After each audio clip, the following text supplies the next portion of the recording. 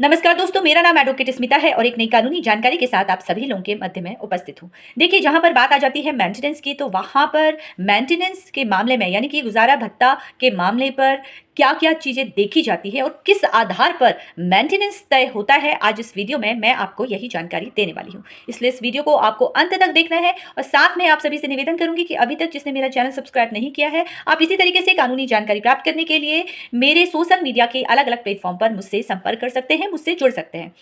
देखिए, सबसे पहला जो पॉइंट देखा जाता है, वो देखा जाता है पति और पत्नी दोनों की यानी कि दोनों पक्षों की सामाजिक और आर्थिक स्थिति। यानी कि पति और पत्नी दोनों की आर्थिक स्थिति क्या है, सामाजिक स्थिति उनकी क्या है, कैसा उनका स्टेटस है।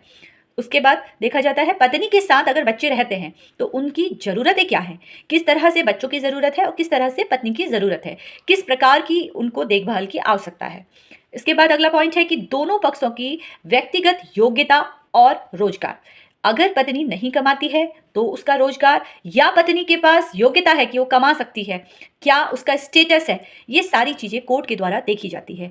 पति और पत्नी की योग्यता और नौकरी की स्थिति को भी ध्यान में देखा जाता है। अब मेंटेनेंस के केस में कई बार ऐसा देखा जाता है कि भाई मेंटेनेंस के लिए पत्नी अपनी नौकरी छोड़ देती है या पति अपना नौकरी छोड़ देता है, कि जहाँ पर वो ये कहता है कि कोर्ट में कि भाई मेरे पास तो सोर्स ऑफ इनकम नहीं है, मेरे पास तो कमाने का कोई ज़रिया नहीं है।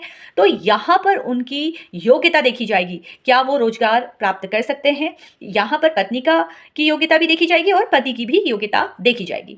इसके बाद अगला जो पॉइंट मैं आपको बताने वाली हूँ वो बहुत महत्वपूर्ण है। देखिए, ससुराल यानी कि विवाह के बाद पत्नी की लाइफ स्टाइल कैसी थी।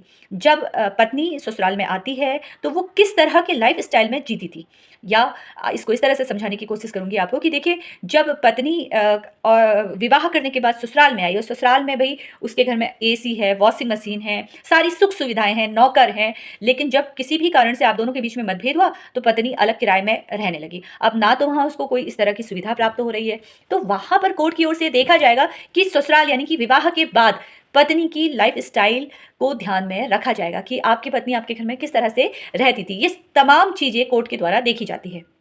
इसके बाद देखा जाता है परिवार की जिम्मेदारी। अगर पत्नी ने नौकरी या अपना करियर छोड़ दिया आपकी वजह से, बच्चों के पालने की वजह से, कि भाई बच्चों को पालना है, जिम्मेदारी है, परिवार की जिम्मेदारी है, तो वहाँ पर भी ये सारी चीज़ें देखी जाती है। आप ये कहते हैं कि भाई उसकी तो योग्यता थी, इसने तो जानबूझकर अपनी नौकरी छोड़ दी, तो वहाँ पर परिवार की जिम्मेदारी के लिए क्या पत्नी के द्वारा नौकरी छोड़ी गई, कैरियर छोड़ा गया, ये सारी चीज़ें भी ध्यान में रखा जाता है।